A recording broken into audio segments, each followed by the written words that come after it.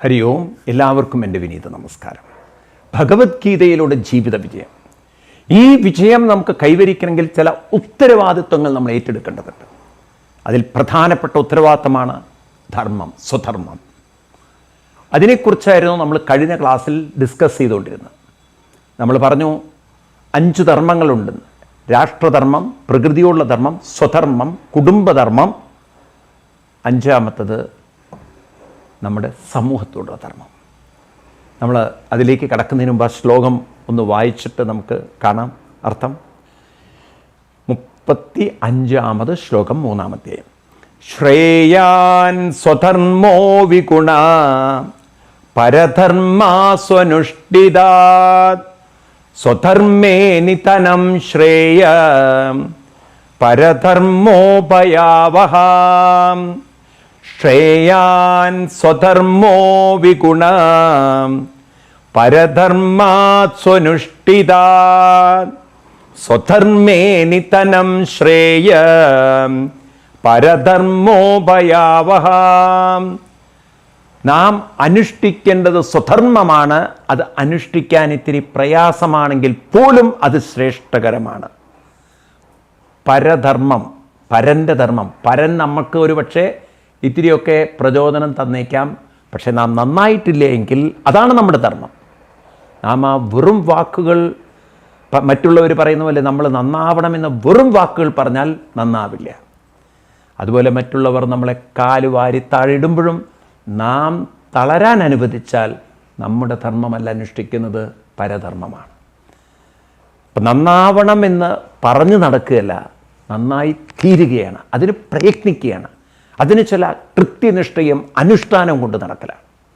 അതുപോലെ ആരെന്തു പറഞ്ഞാലും അവർ പറഞ്ഞത് ഞാൻ എന്നെ അതുപോലെ ആക്കണ്ട. അവർ തളർത്തിയാലും ഞാൻ തളരരുത്. തളരാതിരിക്കുന്നതാണ് എൻ്റെ ധർമ്മം എന്ന് മനസ്സിലാക്കണം.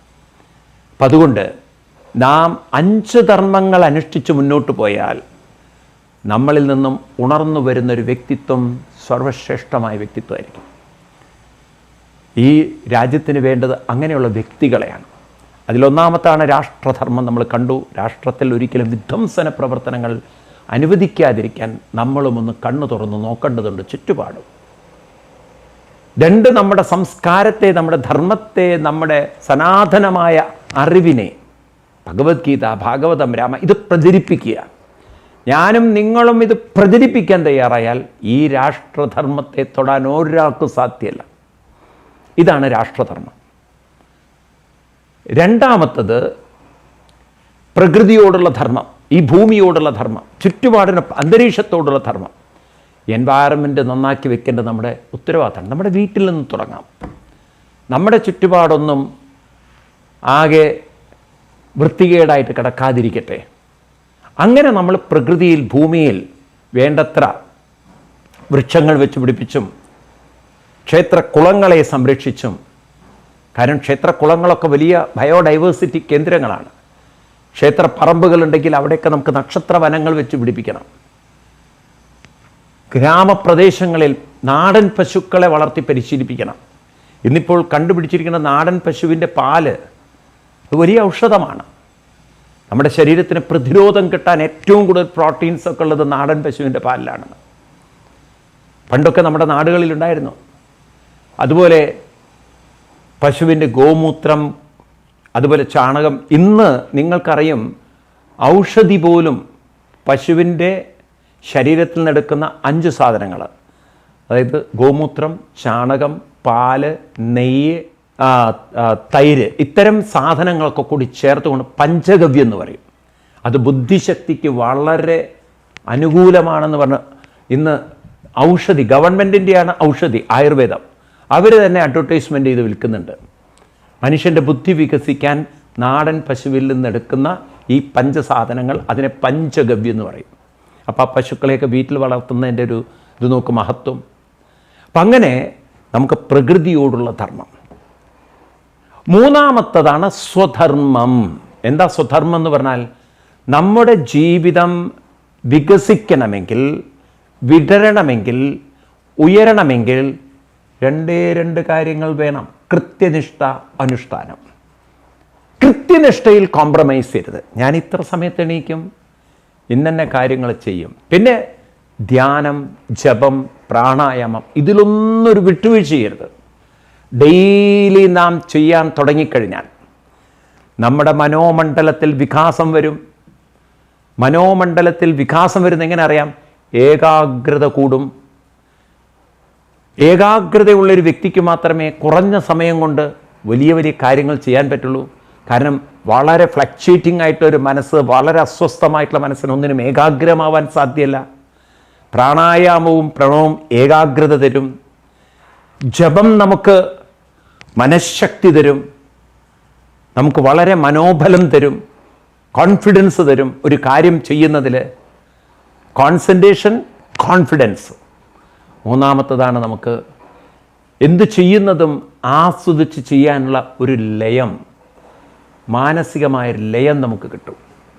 ഇപ്പം നമുക്ക് നമ്മളോട് ചെയ്യാവുന്ന 3 കാര്യങ്ങളാണ്. 1 കൃത്യനിഷ്ഠ, 2 അനുഷ്ഠാനം, 3 ഏകാഗ്രതയോടെ മനോധൈര്യത്തോടുകൂടി ആസ്വദിച്ചുകൊണ്ട് നമ്മുടെ ദൈനംദിന ജീവിതത്തെ നമ്മൾ കൊണ്ടു നടക്കുക. ഇതൊന്ന് നമ്മൾ പ്രാക്ടീസ് ചെയ്ത് നോക്കിക്കഴിഞ്ഞാൽ നമുക്കിവിടെ ദുഃഖിക്കാനില്ല. കാരണം ജീവിതം ആസ്വദിക്കാനേ ഉള്ളൂ. അപ്പോഴാണ് ജീവിതം വികസിക്കുന്നത്, വിടരുന്നത്. ഇതാണ് ധർമ്മം. ധർമ്മം എന്ന് പറഞ്ഞാൽ ഞാൻ പറഞ്ഞു നിങ്ങളോട്, ധാതുവിനർത്ഥം ധരിക്കുക. ധരിക്കുക എന്ന് പറഞ്ഞാൽ നിലനിർത്തുക. നിലനിർത്തുക എന്ന് പറഞ്ഞാൽ വികസിക്കുക. സങ്കോചിക്കുന്നതിനെ ഒരിക്കലും നിലനിർത്തുക എന്ന് പറയാം, അത് ശുഷ്കിച്ച് ഇല്ലാതെയാവുകയാണ്. അതുകൊണ്ട് ധർമ്മം നമ്മളെ വികസിപ്പിക്കുന്നതാണ്. ഇതാണ് നമുക്ക് നമ്മളോടുള്ള ധർമ്മം. ഉദ്ധരേധാത്മനാത്മാനം എന്ന് കൃഷ്ണൻ ഗീതയിൽ 6-ാം അധ്യായത്തിൽ നമുക്ക് പറഞ്ഞു തരുന്നുണ്ട്. ഉത്തിഷ്ഠത ജാഗ്രത എന്ന കഠോപനിഷത്തിൽ പറഞ്ഞു തരുന്നുണ്ട്. ഈ 2 കാര്യങ്ങൾ മറക്കരുത്. നമ്മളോടുള്ള ധർമ്മം എന്താണ്? കൃത്യനിഷ്ഠ, അനുഷ്ഠാനം. 3 കോൺസെൻട്രേഷൻ, കോൺഫിഡൻസ്. പിന്നെ കംപ്ലീറ്റ്ലി നമ്മൾ ചെയ്യുന്നതിൽ ഉള്ള ടോട്ടൽ നമ്മളതിൽ ഇൻവോൾവ്മെൻറ്റ്, അതിൽ ലയിച്ചു ചേരുക. ഇതെപ്പോഴും ഓർത്താൽ മതി നിങ്ങൾ. ഞാൻ ആസ്വദിച്ചു കൊണ്ടൊരു കാര്യം ചെയ്യുക. ഇങ്ങനെ നമ്മുടെ ജീവിതത്തെ വികസിപ്പിക്കുന്നതിൻ്റെ പേരാണ് സ്വധർമ്മം. ഇനി 4 കുടുംബധർമ്മം. കുടുംബം എന്ന് പറഞ്ഞാൽ തന്നെ നമ്മൾ ഉണ്ടാക്കിയതാണല്ലോ കുടുംബം. കല്യാണം കഴിയുന്നു, കുട്ടികളുണ്ടാവുന്നു. അങ്ങനെയുള്ളൊരു കുടുംബം, അവിടെ അച്ഛനും അമ്മയും ഒക്കെ ഉണ്ടെങ്കിൽ നമ്മുടെ ധർമ്മം എന്താണ്? അവരെ പോലും കൈപിടിച്ചുയർത്തലാണ്. ഈ കൈപിടിച്ചുയർത്തുക എന്ന് പറഞ്ഞാൽ സാധാരണ ഈ കൈപിടിക്കലല്ല, ഇത് മാനസികമായി അവരെ പിടിച്ചുയർത്തുക. അപ്പം മാനസികമായി പിടിച്ചുയർത്തണമെങ്കിൽ നമുക്കറിയാം ആരെയും ആർക്കും ഉയർത്താൻ പറ്റില്ല, നമ്മൾ കണ്ടുവല്ലോ. അപ്പം അവരെ പരിശീലിപ്പിക്കണം. നമ്മളൊരു പരിശീലകരാവണം. നമ്മൾ ആ ഒരു ഡയറക്ഷനിൽ അവരെ കൊണ്ടുവരണം. അപ്പം അവർക്കതിന് വേണ്ടുന്ന അറിവും പ്രാക്ടീസും അവർക്ക് പറഞ്ഞു കൊടുക്കണം. ഒരു ക്ഷേത്രത്തിൽ കൊണ്ടുപോയി മക്കളെ തൊഴിപ്പിക്കുന്നതിലല്ല കാര്യം. ക്ഷേത്രത്തിൽ കൊണ്ടുപോകുന്നതോടൊപ്പം ക്ഷേത്രം എന്താണ്, ഒരു ക്ഷേത്രത്തിൻ്റെ മഹത്വം എന്താണ് എന്ന കാര്യങ്ങളൊക്കെ കുട്ടികൾക്ക് പറഞ്ഞു കൊടുത്ത് അവർക്ക് അതുകൊണ്ടുണ്ടാകുന്ന ഗുണങ്ങൾ എന്താണ്, നാളെ അവരുടെ ജീവിതത്തിൽ അത് എത്രമാത്രം പ്രയോജനപ്പെടും എന്നതിങ്ങനെ പറഞ്ഞു കൊടുത്ത്, അറിവ് പകർന്നു കൊടുത്ത് അവരെ കൊണ്ടത് അനുഷ്ഠിക്കുമ്പോൾ അവരുടെ ജീവിതത്തിലും വികാസം വരും. ഇതാണ് കൈപിടിച്ചുയർത്തൽ. ഇവിടെയാണ് നമ്മുടെ കുടുംബജീവിതങ്ങൾ തകരാതെ നിലനിർത്താൻ സാധിക്കുന്നത്. നമ്മുടെ ഹിന്ദുക്കൾക്ക് വലിയൊരു വീഴ്ച പറ്റിയെന്ന് വെച്ചാൽ ഈ ഒരു അറിവില്ലാത്ത ആചാരങ്ങളായി മാറി. ക്ഷേത്രം എന്തിനാണ്, ക്ഷേത്രത്തിൽ എന്തിനാണ് പോകുന്നത്? നമ്മുടെ ക്ഷേത്രങ്ങളിൽ പോലും ഇന്ന് ആ അറിവില്ല. ക്ഷേത്രത്തിൽ പോകുന്നത് നമ്മുടെ ശാരീരിക, മാനസിക, ബൗദ്ധിക, ആത്മീയ വികാസത്തിനാണെന്ന് നമ്മൾ പറഞ്ഞു കൊടുക്കണം. അല്ലാതെ ഒരു കല്ലിനെ ദൈവമാക്കാനല്ല, കല്ലോട്ട് ദൈവം ആവുകയില്ല. നിങ്ങളിനി അങ്ങനെ ഒരു അമൃത് നമുക്ക് കിട്ടാനുണ്ടെങ്കിൽ പോലും അമൃത് ഒഴിച്ചാൽ പോലും കല്ല് ദൈവമാവില്ല. ഇതുവരെ ആയിട്ടില്ല, ഇനിയൊട്ടാവാനും പോകുന്നില്ല. കല്ലിനെ ദൈവമാക്കുന്ന കേന്ദ്രങ്ങളല്ല ക്ഷേത്രങ്ങൾ. പിന്നെ മനസ്സിനെ വികസിപ്പിക്കുന്ന കേന്ദ്രങ്ങളാണ് ക്ഷേത്രങ്ങൾ. അപ്പം മനസ്സ് വികസിക്കണമെങ്കിൽ അതിനുള്ള അറിവും പ്രാക്ടീസും നമ്മുടെ ജീവിതത്തിൽ ഉണ്ടാവണം. അപ്പം അതാണ് നമ്മുടെ കുടുംബത്തോട് ചെയ്യാനുള്ള ഉത്തരവാദിത്വം. അപ്പം അവിടെ മാനസികമായി കുട്ടികളും ഭാര്യയും മക്കളൊക്കെ ഉയരുമ്പോൾ പല പ്രശ്നങ്ങളെ അവർക്ക് തന്നെ തരണം ചെയ്യാൻ പറ്റും. മക്കളെ അവർക്ക് ബോധ്യപ്പെടുത്താൻ പറ്റും, ഇത് ഈ ശക്തി നിങ്ങളിലുള്ളതാണ്. അവരുടെ മനസ്സിലാവും എന്താണ് ശരിയായ സുഖം എന്നത്. സ്നേഹം, സന്തോഷം എന്നൊക്കെ പറയുന്നത് അവനവൻ്റെ മനസ്സ് അവനവനെ ലയിക്കുമ്പോഴാണ്, അല്ലെങ്കിൽ അവനവൻ്റെ അനുഷ്ഠാനങ്ങളിൽ ലയിക്കുമ്പോഴാണ്. അങ്ങനെയുള്ള കുട്ടികളെ വഴിതെറ്റിക്കാൻ ഒരാൾക്ക് സാധ്യമല്ല. നിങ്ങൾക്ക് നിങ്ങളുടെ ഉള്ളിൽ സുഖം കണ്ടെത്താൻ സാധിച്ചാൽ, നിങ്ങളുടെ ഉള്ളിൽ നിങ്ങളുടെ അനുഷ്ഠാനങ്ങളിൽ സന്തോഷം കണ്ടെത്താൻ സാധിച്ചാൽ, നിങ്ങളെ സുഖത്തിനും സന്തോഷത്തിനും വേണ്ടി ഒരു സാധനത്തിനും നിങ്ങളെ അടിമകളാക്കാൻ സാധ്യമല്ല. അപ്പം നാം നമ്മുടെ മനസ്സിനെ ഉയർത്തുന്നതോടൊപ്പം മറ്റുള്ളവർക്ക് ഉയരാനുള്ള ഒരു വഴി ഉപദേശിച്ചും കാണിച്ചും പരിശീലിപ്പിച്ചും കൊണ്ടുപോവുക. അതാണ് സ്വധർമ്മം. അതാണ് നമുക്ക് ചെയ്യാനുള്ളത്. നിങ്ങൾ നോക്കൂ, രാമായണത്തിലൂടെ നിങ്ങൾക്കത് കാണാൻ സാധിക്കും. ശ്രീരാമസ്വാമിയോട് അച്ഛൻ 14 കൊല്ലം കാട്ടിലാണ് പോകാൻ പറഞ്ഞത്. കൈകേയിയുടെ അപേക്ഷ അതായിരുന്നു, രാമൻ 14 കൊല്ലം കാട്ടിൽ വസിക്കട്ടെ. പക്ഷേ ശ്രീരാമസ്വാമി ലക്ഷ്മണനെയും സീതയും കൊണ്ട് കാട്ടിൽ എവിടെയാണ് താമസം നിങ്ങൾ നോക്കിയിട്ടുണ്ടോ? രാമായണം എടുത്ത് നോക്കൂ, നിങ്ങൾ കാണാം. രാമൻ അവിടെ കാടിൻ്റെ ഒരു ഭാഗത്ത് ഏതെങ്കിലും ഒരു പുഴയുടെ തീരത്തോ അല്ലെങ്കിൽ കാട്ടിലുള്ള ചോലകൾ ഉണ്ടാവില്ലേ, അരുവികൾ, അതിൻ്റെ തീരത്ത് ഒരു ടെൻറ്റ് കെട്ടിയിട്ട് രാമൻ ഇങ്ങനെ രാത്രി തീ ഇട്ടിട്ട് ഡാൻസ് കളിക്കുന്ന രാമനെയല്ല നമ്മൾ കാണുക. ഒരുപക്ഷെ ഇവിടുത്തെ പുരോഗമനവാദികളായിരുന്നു രാമായണം എഴുതി വെച്ചതെങ്കിൽ നിങ്ങൾ കാണുന്ന രാമായണം കാട്ടിൽ ഇങ്ങനെ കുറേ വിറകും കത്തിച്ച് ആദിവാസികളുടെ കൂടെ നാടൻ പട്ടച്ചാരയോ അടിച്ച് ഡാൻസ് കളിക്കുന്ന രാമനായിരിക്കും. എന്നാൽ ഭാരതത്തിൻ്റെ രാമൻ ചെയ്തത് ഇന്നത്തെ ഈ പുരോഗമനവാദികളുടെ സംസ്കാരമല്ല. അവിടെ ആശ്രമങ്ങളുണ്ട്, കാട്ടിൽ ആദിവാസികളുണ്ട്, ആശ്രമങ്ങളുമുണ്ട്. ആശ്രമങ്ങളിൽ നിന്നും ആശ്രമങ്ങളിലേക്ക്. എന്തിനാണത്? ആ മുനിമാരുടെ തപസ്സിൽ നിന്നും അവർക്ക് കിട്ടിയിട്ടുള്ള ജ്ഞാനത്തെ തനിക്കും തൻ്റെ കൂടെയുള്ള ലക്ഷ്മണനും സീതാദേവിക്കുമൊക്കെ കിട്ടണം.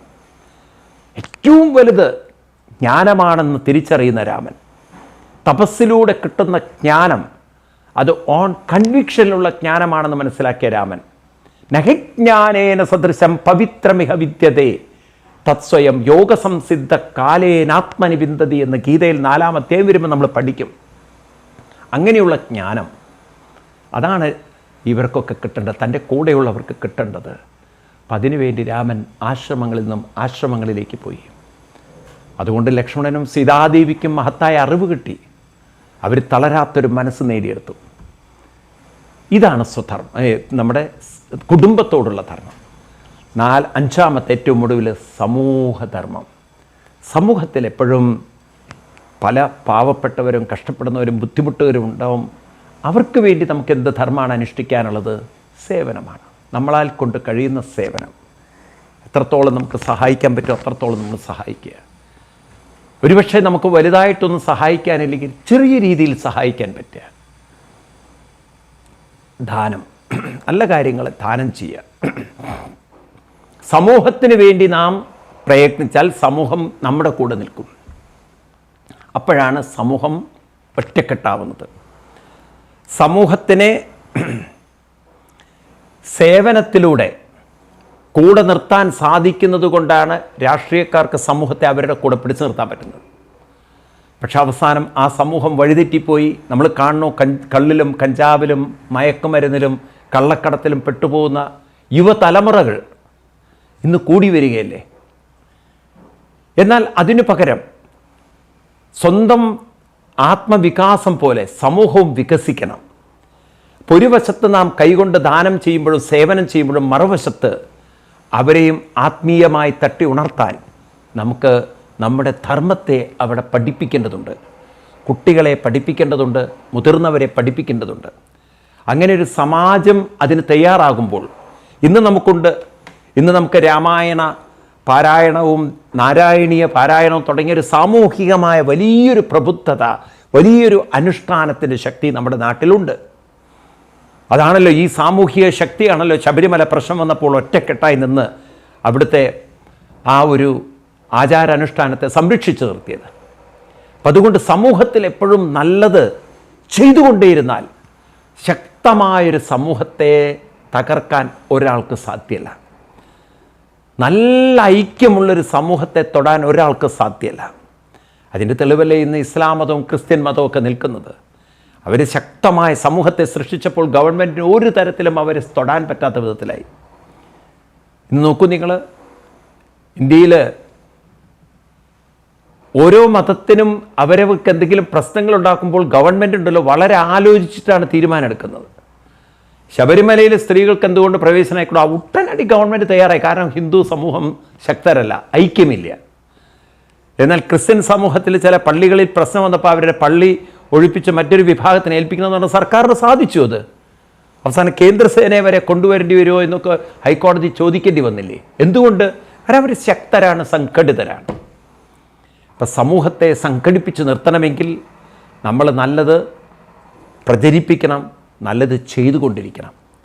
യുവതി യുവാക്കളൊക്കെ ഇന്ന് മുന്നോട്ട് വരുന്നുണ്ട്. നമ്മൾ കണ്ടു, കേരളത്തിൽ പ്രളയം വന്നപ്പോൾ, കോവിഡ് വന്നപ്പോഴൊക്കെ സമൂഹത്തിലേക്ക് ഇറങ്ങിത്തിരിച്ച് സേവനം ചെയ്യുന്ന കുറേ യുവതി യുവാക്കൾ.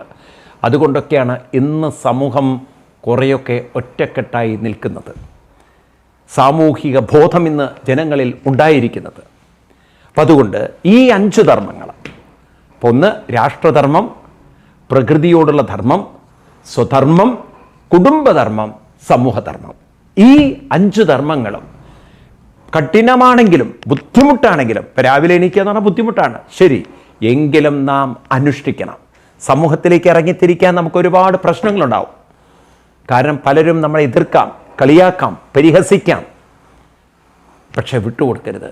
നാം മുന്നിലേക്ക് ഇറങ്ങുക തന്നെ വേണം. അങ്ങനെ അങ്ങോട്ട് മുന്നിലേക്ക് ഇറങ്ങി തിരിച്ചു കഴിഞ്ഞാൽ വിജയമേ ഉള്ളൂ. അപ്പം ആ വിജയത്തിന് വേണ്ടി നാം ഇറങ്ങുമ്പോൾ സ്വധർമ്മോ നിധനം ശ്രേയ. ആരാണോ സ്വധർമ്മത്തിന് വേണ്ടി ഇറങ്ങിത്തിരിക്കുന്നത്, അതിന് ഒരു വിട്ടുവീഴ്ചയും ചെയ്യാതെ പ്രാക്ടീസ് ചെയ്യുന്നത്, അനുഷ്ഠിക്കുന്നത്, സ്വധർമ്മോ നിധനം ശ്രേയ. ശ്രേയസ് നിധനമാണ്, ഉറപ്പാണ്. അവിടെ ശ്രേയസ് ഉണ്ടായേ പറ്റുള്ളൂ, അഭിവൃദ്ധി ഉണ്ടായേ പറ്റുള്ളൂ, ഐശ്വര്യം ഉണ്ടായേ പറ്റുള്ളൂ. എന്നാൽ പരധർമ്മോ ഭയാവഹ. പരധർമ്മം എന്ത്? വെറും വാക്കുകൾ, നന്നാവണമെന്ന് വെറും വാക്ക്. അതാണ് പലരും മോട്ടിവേഷൻ ക്ലാസ്സുകളിൽ പോവും. അങ്ങനെ മറ്റുള്ള ഒരാൾ പറയും നിങ്ങൾക്കത് ചെയ്യാൻ പറ്റും, യു ഹാവ് നോ എന്താ പറയുക, the sky is the limit, you have no any kind of limit, you can grow to any extension, any dimension എന്നൊക്കെ പറഞ്ഞ് നമ്മളെങ്ങനെ മോട്ടിവേറ്റ് ചെയ്യും. പക്ഷെ നമ്മൾ നന്നാവാത്തോടത്തോളം കാലം, നമ്മളെ പരിവർത്തനം വരുത്താത്തോടത്തോളം കാലം ആ വാക്കുകൾക്ക് എന്ത് പ്രസക്തിയുണ്ട്? അപ്പം അതുകൊണ്ട് പരധർമ്മം എപ്പോഴും ഭയമുണ്ടാക്കും എന്ന് പറഞ്ഞാൽ നമ്മൾ നന്നാവാത്തതുകൊണ്ട് നമുക്ക് മനോബലം ഉണ്ടാവില്ല, മനോധൈര്യം ഉണ്ടാവില്ല, മനഃശക്തി ഉണ്ടാവില്ല. ഇതുപോലെ മറ്റുള്ളവരുടെ വിഷമിപ്പിക്കുന്ന, വേദനിപ്പിക്കുന്ന വാക്കുകൾ കേട്ട് നാം നമ്മളെ വിഷമിപ്പിക്കാനും വേദനിപ്പിക്കാനും നാം ദുഃഖത്തിൽ ജീവിച്ചു കഴിഞ്ഞാൽ ഒരാൾക്കും നമ്മളെ കരകയറ്റാൻ പറ്റില്ല.